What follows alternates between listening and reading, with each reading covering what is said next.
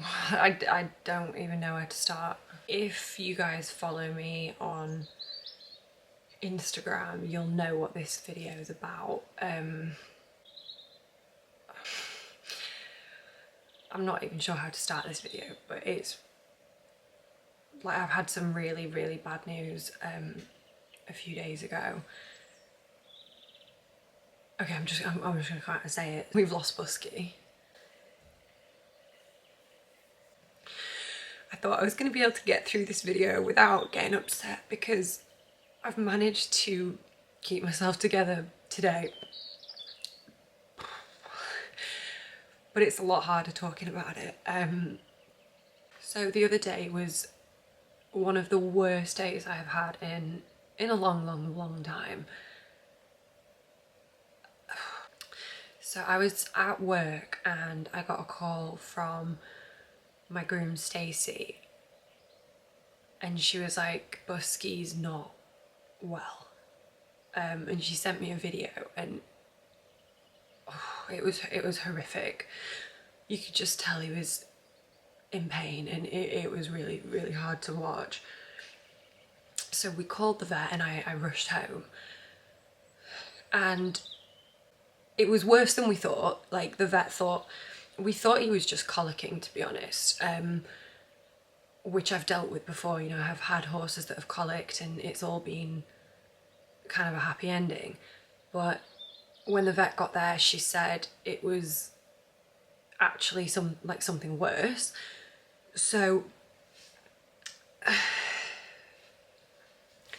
we got a possible diagnosis and booked him in for emergency surgery. So I drove him 2 hours, heavily sedated, to surgery, and I thought it was just going to be quite like routine and that I'd be picking him up a few days later.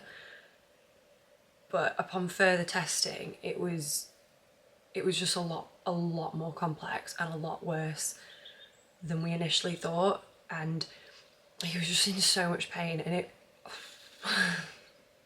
was just really, really, really hard to watch. I don't want to go into real detail about what happened, and I know a lot of people, a lot of people have already asked me, and I know you guys are interested, but I just don't want to talk about like the gory details. But essentially I had to make the decision to have him put down, and it was just one of the hardest decisions I've ever had to make, and it was just like, it's haunting me, and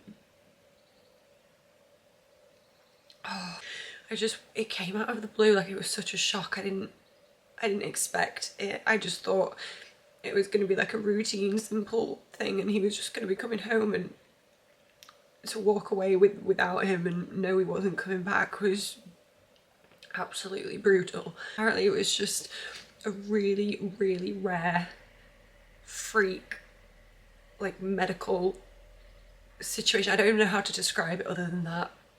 But the vets were just, they don't know how it happens, they don't know what causes it, they don't,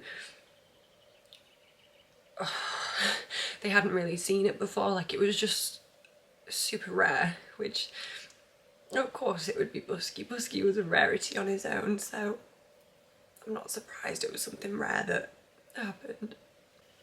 It just feels absolutely insane to me that I'm sat making a YouTube video about this, but you guys were here on the whole journey with him, with me. Like, from the day I went searching for him, to when I tried him, to when I brought him home, when I went out to train him, and then obviously when I went out, like when I went to Spain to see him, and then when I eventually got him brought to England. And I feel like I kind of owe it to you guys to include you in this, because you were there with me this whole time, and I think a lot of you knew Busky and loved him as I do, so it just would feel wrong to not let you know kind of what's gone on. When I had to make the decision, I was just so shocked, and it was so out of the blue, and I was in such a like daze. It hadn't fully sunk in at the time what had happened, and I didn't ask for any of his mane, which I really do regret.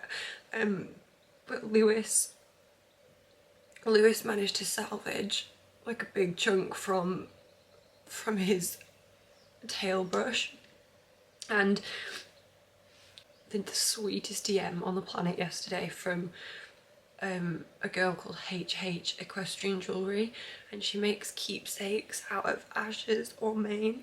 So she offered to make me a keepsake for Busky, and we can use the mane Lewis salvaged, but I just regret not asking for it.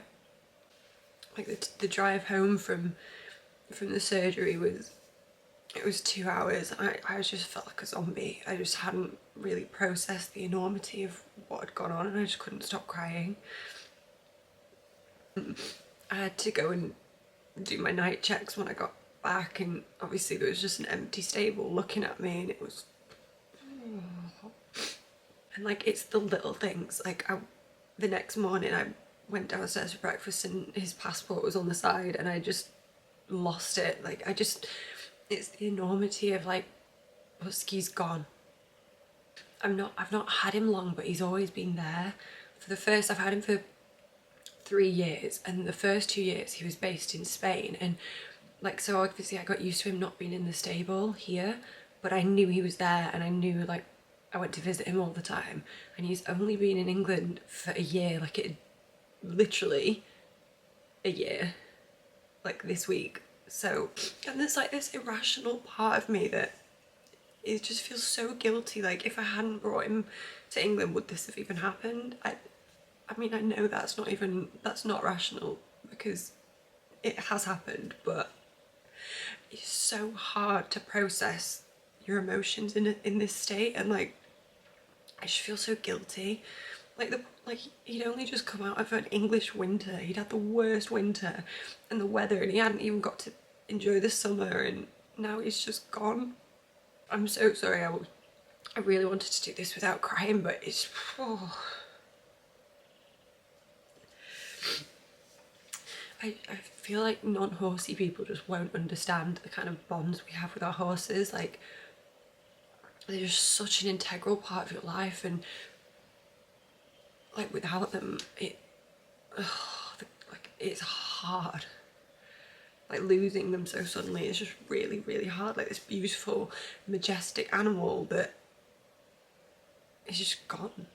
Kind of idea when I wanted to film this video was to it be more in memory of Busky rather than into all the gory details of what happened, and I really want to share like a handful of my favourite videos and photos of him, and just like appreciate like the beauty that was Busky. Before I share all the pictures and the videos, I just want to say thank you so much to everybody who's messaged me or commented and reached out. Like, I felt the shock of people, and I felt the love, and it was really, really heartwarming to see. Like, this is when the equestrian community is actually a nice place to be, and I thank you for